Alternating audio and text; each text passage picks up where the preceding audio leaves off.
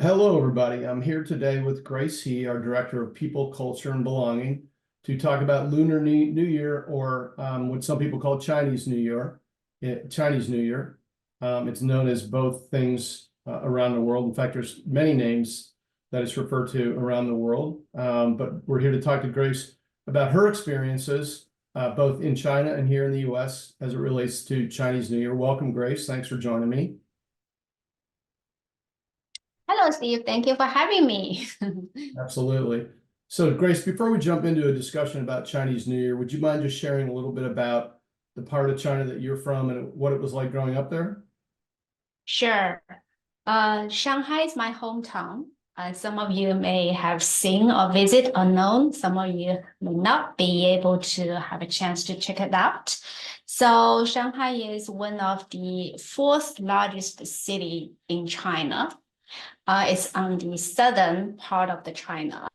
And Steve asked me casually last time, how many people do we have? I just checked, Googled, 24.9 million. Wow. Wow. Yeah, I didn't even know myself. The setting is very similar to New York. We have the Huangpu River, just like Manhattan on one side, then the other side in New York, Queens, or you name that Brooklyn. So in Shanghai, we also have like Pudong and Puxi. So there's a Huangpu River in the middle.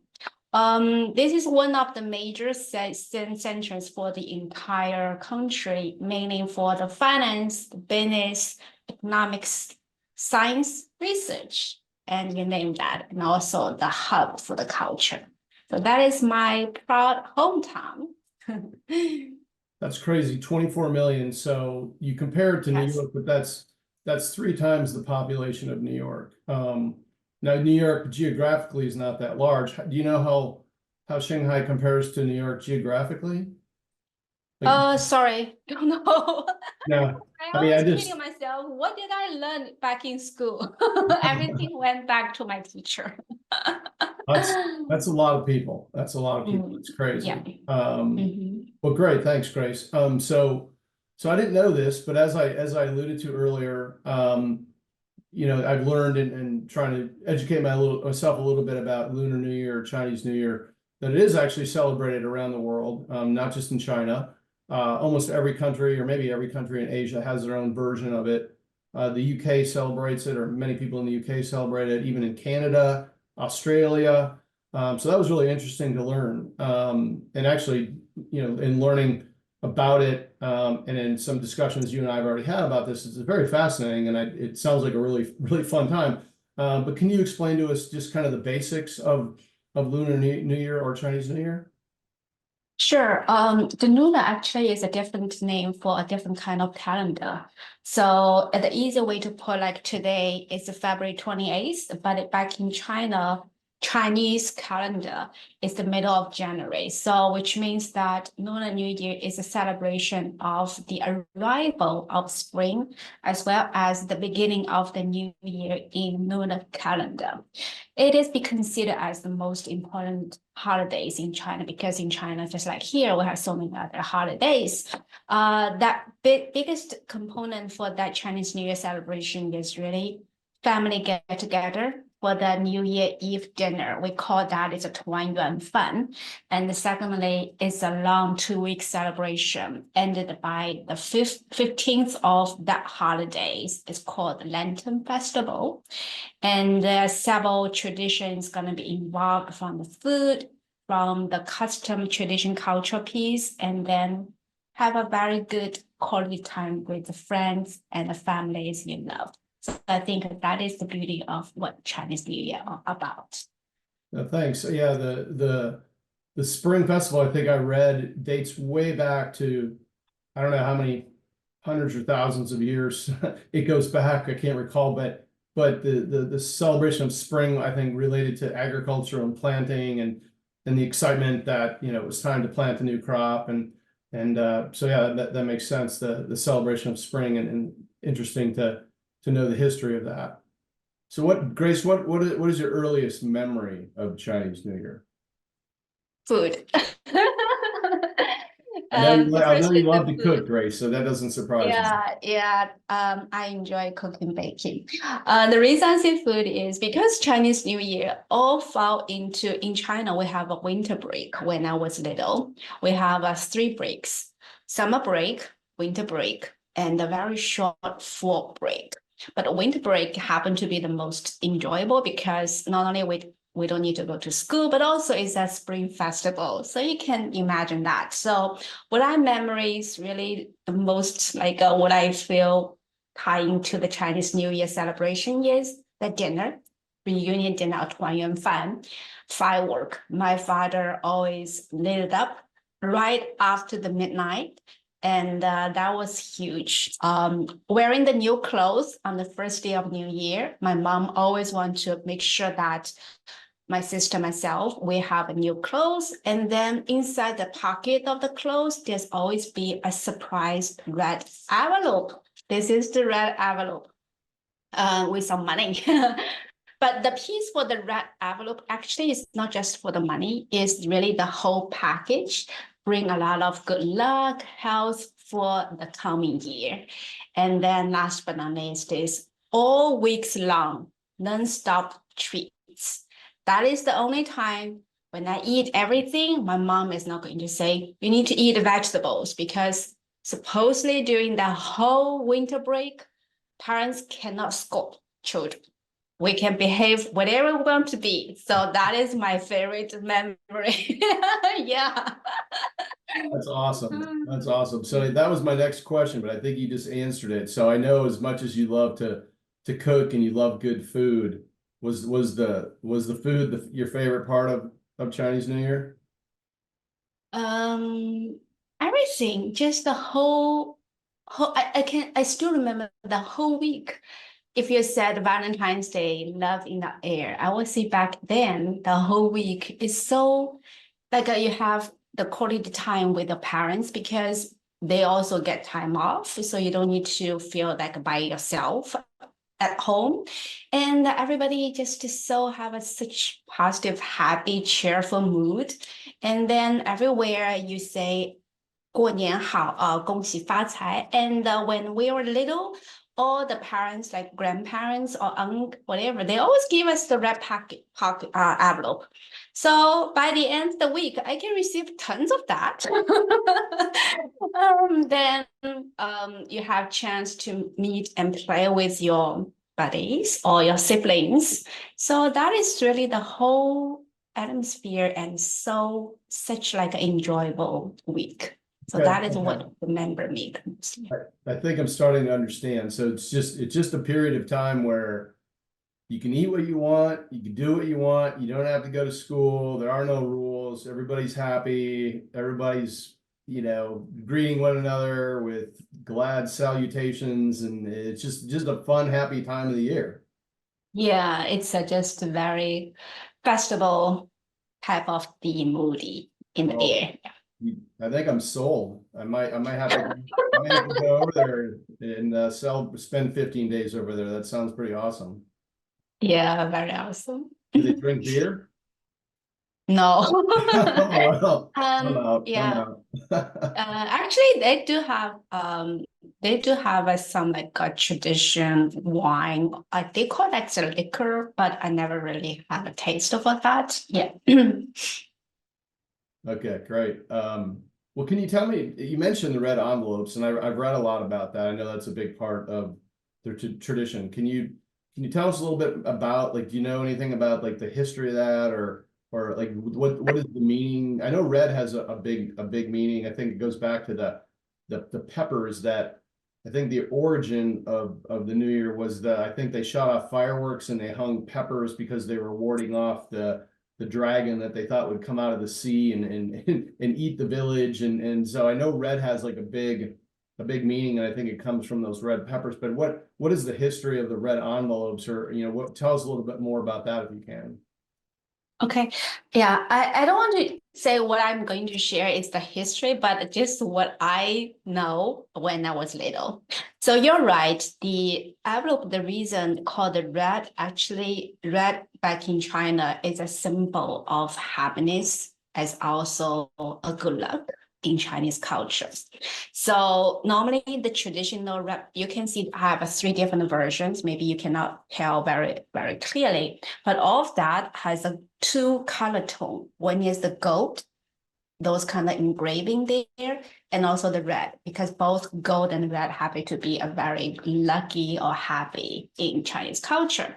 So traditionally, it's for parents or elderly people give to the children, and they want to give to them just to make sure that for remember I said the new year is a symbol of the new beginning of the year.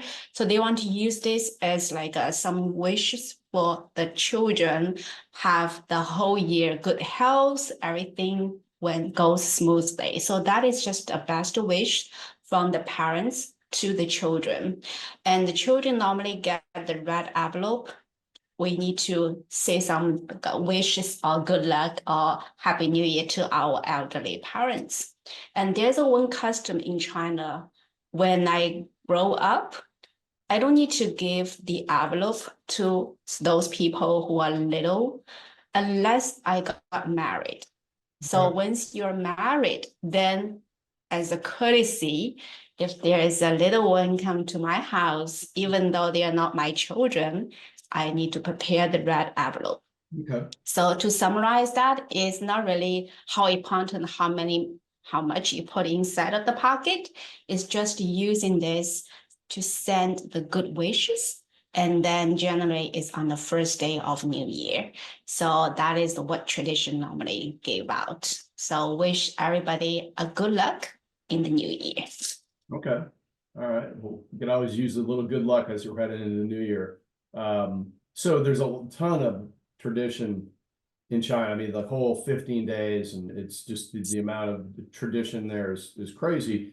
Tell us a little bit about like what traditions you carried forward here in the US. I'm guessing it's you don't celebrate the full 15 days like you do in China. What do you do here in the US? Yeah, I probably only there's a three major events. Regardless how busy I am, I will try to just make sure every year I have those kind of three things. One year is definitely right before the Chinese New Year officially kick off. I want to do a spring clean. That is very similar to back in here. Like normally I do my spring cleaning before Christmas actually. So in addition to the Christmas, before that, I have a spring clean. Then in order to celebrate the Chinese New Year, I need to do another one. So I'm a very neat person. So that's good to play off. The second thing is when I finish the cleaning, I will put up some of the decorations, just make our house is a festival.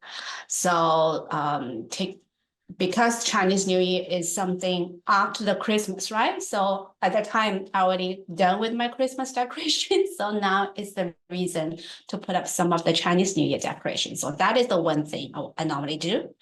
So the second thing is prepare some tradition food for our New Year Eve's dinner. And I always gonna be there's a fish because in China, fish is something you have to have during the New Year celebration. And secondly is, as I said, there's a rice ball. I normally do everything from scratch. So even including the black paste, sesame paste. So that took some time. So I want to prepare that. And third thing is nian gao. It's like a sticky rice cake. That is the dishes we have to have in the morning of the first day of the new year. So those three things, regardless how busy I am, I'm going to do, or three dishes I'm going to do. The last day is, as I said, I'm not going to celebrate in the whole 15 days. So right the end of that 15 days is a lantern. It's like the symbol for the end of the New Year celebration. So I will make sure that we have some dishes specially prepared for that day, which now is last Saturday. So I did some of the cooking for the last day celebration. So three things: spring cleaning, have some decorations, and some traditional dishes to be prepared for my New Year Eve dinner, and then to wrapping up some dishes for the last day of that New Year celebration. Well, it all sounds great except the cleaning. I'd probably skip that part, but You know, it is nice that it's right after Christmas because obviously after the chaos of Christmas, there's a lot of cleaning to do. So you'd probably be doing that anyway. So Yeah. yeah, the sesame paste, tell me how is that made? Is that like you grind the sesame seeds into a paste or what do you do with that? Okay, so the name for that dessert called tangyuan. So it's like a Chinese gelatin rice balls. So the ingredients are very simple. The outside is like a wrap. It composed with gluten rice flours, and then some of I think the hot water, and then some sugar. I normally use monk fruit as a traditional sugar. Yeah. So that texture is very similar to mochi. So inside the paste, the main ingredient is the black sesame. So what I normally do is using the blender, put black sesame seeds. I also put some of the walnuts because I just like a different kind of nut flavor. So if I happen to have a pecan, so those are my three go-to, but main nut's gonna be black sesame seeds. Okay. Then in order to make a paste, I use coconut oil a little bit, not too much, just to give something going. And then sugar, same thing, I use the monk fruit. So that is the three main ingredients for that paste. Yeah. Once you finish that, it's very much like the peanut butter texture. You use a very good blender. And once it's done, you put in the fridge because you want to make it just texture-wise workable. Otherwise, it's too liquidy, right? So when it's put into the fridge, give some time, then you put it back and put it into like a small ball actually. Then return it back to the freezer because when you prepare the paste and the time, if it's still because here Florida is very hot, it's going to be melted down. And then you bring that very hot solid ball, black sesame ball, and inside the paste, then you just roll I can show you the photo. Give me 1 second. So Okay. it's easy to say, otherwise it's kind of very complicated. Does the humidity make it more difficult too? Yeah, let me see if I can share my screen. I think I can share my screen. So this is the finished product, Okay. like a very small round ball, and inside there's some of the black sesame paste. What I did last time, I used the red bean soup as the base. So the red bean soup also put some honey and make it very tasty. So that is one of the traditional food I normally use. Okay. Yeah. Is it sweet? Must be pretty Sweet. Yeah. Yeah, very nutty, sweet. I don't know if you're familiar with one of the Japanese snack called mochi. So inside of the mochi, you can have red bean paste or ice cream or just strawberry. So it's a very similar texture. Instead of the red bean paste, I'm using the black sesame paste. Okay. So Okay. yeah. Interesting. Well, I must try that one day. Yeah. Since I'm sharing the screen, maybe let me see if I have another photo. This is spring roll. You will all know that. So this is the wrap envelope. Actually, I prepared two this year, because this year our Chinese New Year actually the same day. If you remember, that is a Super Bowl. Yeah. So what I did is I told my husband, I said, why don't we just do a very friendly bet? Whoever won, and instead of each of us has a red envelope, we give up our envelope, my envelope to you. So if like at the game, you feel 49 gonna be the champion, Yeah. then you receive two envelopes. So that is the game I played. The orange is always a symbol for the good luck. Yeah. Who did you pick who won the bet? James. Yeah. And this is the sticky rice cake. I love coconut milk, so I use that as instead of water. So it's very sticky. And the fun part is you can cut it into the slices and then pan fry that. It's very, very good treat. Yeah. Sounds good. Sounds good. Fish. This is a very traditional Shanghainese food. So I use this is a Brazilian sea bass. So I cut this inside is a bone. So I marinate that and deep fry that and then put it back to the sauce. So outside is very crunchy and inside is still there's like a texture, so very juicy. Yeah, it sounds good. I'm Oh, getting. that is one of the Shanghainese tradition dishes for Chinese New Year called, so you can tell outside is a sticky rice, inside is the red bean paste, Yeah. and I decorated with different nuts. So we call that is 8 treasure rice cake. Okay. And 8 is a very good luck number in Chinese Okay. culture. So that is why we call it. That's Beautiful. it. Beautiful. Thank you.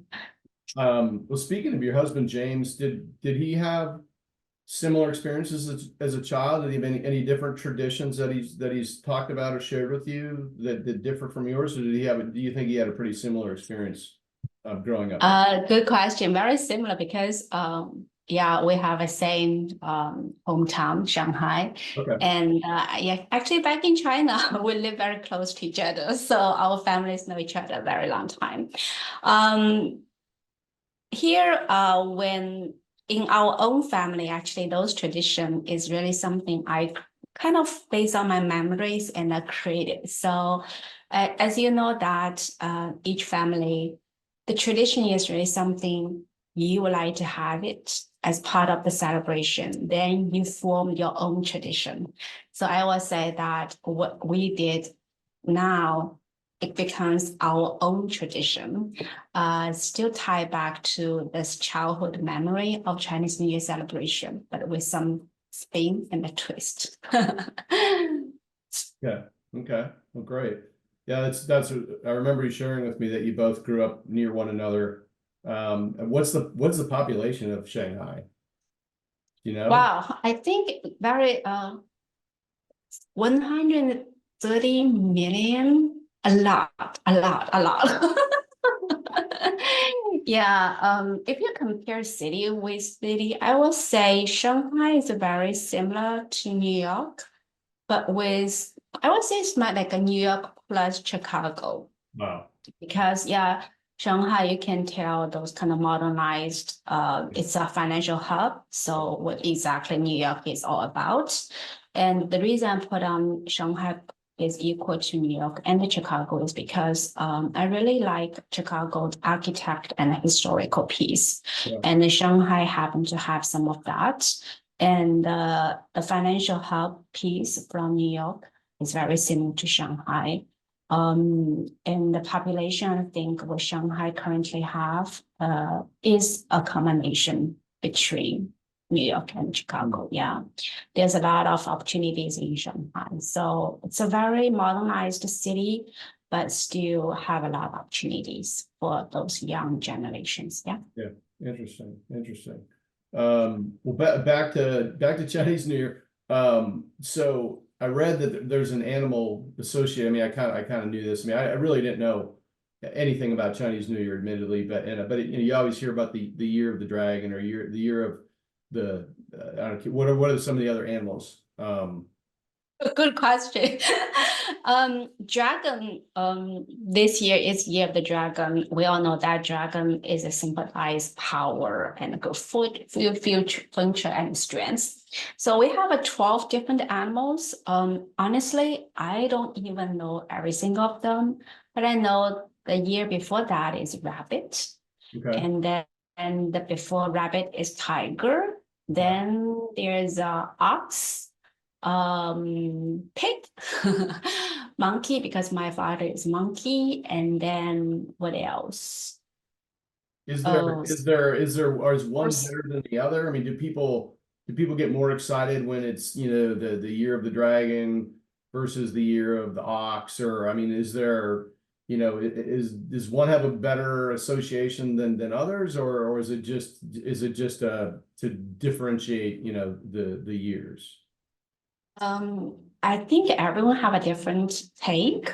To me, it doesn't really matter. I just feel okay, there's a 12 different animals and it repeat one after the other. and I even had a hard time to memorize every single of them. So maybe, but for others, especially for the elderly people, maybe they do, because maybe they have a story which I really don't know about that. Yeah.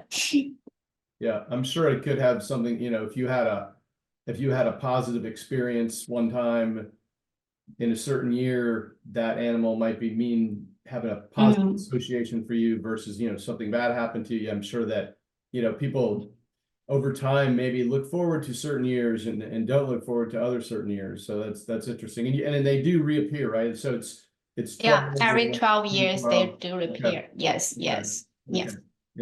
Interesting. So I also read that so as you said, there's like 15 days, but then I read like the first 10 days are, you know, really big celebration. And then a lot of people, it sounds like they sort of pause. And then the 15th day, the last day, I think you mentioned earlier, is the Lantern Festival. Lantern Festival. So did you, when you were a child, did you celebrate all 15 days, or did you do the 10 days and then sort of pause until the Lantern Festival, or like how did you do it? Honestly, I only remember the first maybe 3 or 5 days. Okay. Then towards the last day, which is Lantern Festival. Lantern Festival, I forgot to mention one other things. Actually, is like a lantern. The shape is like a rabbit. I don't have the photo. Actually, I even made one several years ago. It's very cool. You can put this, you have a rails like underneath. So it's more like a small trolley, but the shape is a rabbit. So that is also what we normally do during the Lantern Festival. You need to eat the rice ball, sticky rice ball, a gelatin rice ball, and then the children, they normally carry a lantern just to play around with that. Then the first 3 days is important because I remember the first day, normally as children, you need to visit the elderly people, like the grandparents mostly, or the uncle, and to wish them the Happy New Year. So that day is really you need to visit your relatives. Okay. Then second day is suppose like my mom, or for those people, like if I got married that time, that is the day I'm allowed to visit my own parents. So that is the second day. So for those newlywed wife, they can visit their parents. Yeah. And the third day is somehow be considered as a friendship, like here we call the Friendsgiving. And in that third day is more like a friend New Year, meaning you can celebrate and do some fun thing with your friend. You don't need to just stick with your own family's, okay, the routines or the play the programming. So that is what I remember the most for the first 3 days celebration. Oh, the fifth day, actually the fifth day, I don't really celebrate that much, but people, especially for those people who have their own business, that day is huge. They call it is the celebrating for the good money. So at the midnight of the fifth day of the new year, they need to do the firework, just to hope there's something like a coming and they can bring the tons of the future fortune for them. But I'm really not into that. So that is what I remember. Okay. The most important piece is the first 3 days. Okay. Yeah. So did your parents on the second day go visit their parents? Not really, because yeah, we normally have like a big family dinner. Both parents they join us in our house, so that doesn't really have like a separations. We're celebrating this with this part of the family, then we celebrate this with the other part of the family. So Okay. Well, yeah. so, you know, were you tired when it was all over? I mean, did people look forward to going back to school and to work because you're so tired? Yeah. Tell me about what Not happens at really. the end. I think for sometimes I were joking says, oh, because we had so many like snacking or stuff. So just like here, once you finish your Christmas, it's part of the New Year resolution. have a clean diet, make sure that everything is back to normal. So I think that is the one piece. Not really. After the winter break, yeah, it's the time 2 weeks from that point, and we all went back to school. And then because you have all the new clothes and the red envelope, so it's kind of very fun to meet your classmates. So I'm not really tired. Yeah. Yeah. Well, it sounds like a ton of fun. I think I may have to experience it myself one day. But is there anything else you'd like to share with us about your memories of Chinese New Year before we say goodbye? Anything that you still really hold close to your heart and carry on today? Anything that we haven't talked about? Not really. I feel that when I was little, all the celebration is really, oh, my parents gave me this and that, or there's a food, the goodies, or there's a treat. So it don't really means that much to you. When I came here, and I somehow feel I'm more into the traditional things than when I was there. Because when you are there, you don't really appreciate, and you have everything there. And here, I don't even like I remember there's one times I want to make a very traditional Chinese like a dessert. I cannot find all the ingredients. And we took like a tried everything we could. Finally, we get some of the similarity and I made that dishes. So if I looking back, if I were in Shanghai, I would never make the kind of dishes because you don't really, you're sport. You don't even have that kind of craving for the culture. Sure. And here it's different. So when you ask me, Grace, can we have this interview? Actually, it's really, I want to say thank you for having this interview with me because there's one program I love so much, which is called, if you're familiar with NPR, that is a radio station. Every Friday, they have a special edition called the Story Cup. Yeah. Like you can hear the host says, it's the Story Cup once a week. That is the channel for everyday people share their personal stories with the world through that story cup. So I think today our interview could be the opening for in the future for our whole team be able to share every single of us what touches us as part of the tradition and what the piece can really tug our heartstring. And I think that is the culture all about. So I'm glad I have this opportunity to share some of my traditional Chinese New Year celebration with you and the team. And I was looking forward to hear and learn more from everyone here. It's late for Chinese New Year celebration, but I still want to say, wish you, Steve, your family, and all the team members and your family a very happy, joy, health, prosperity year of dragon. And that is the year for this year. Thank you. So thank you for having this for me. Absolutely. You too. I wish you a prosperous year of the dragon as well. So, well, thank you for taking this time, Grace, and for talking about your childhood and your traditions and your culture. Is very interesting. I'm glad we did this. I learned a lot and really appreciate it. And I appreciate you educating us a little, if even just a little bit about this fascinating custom. So thank you. And maybe this will become a go-to tradition.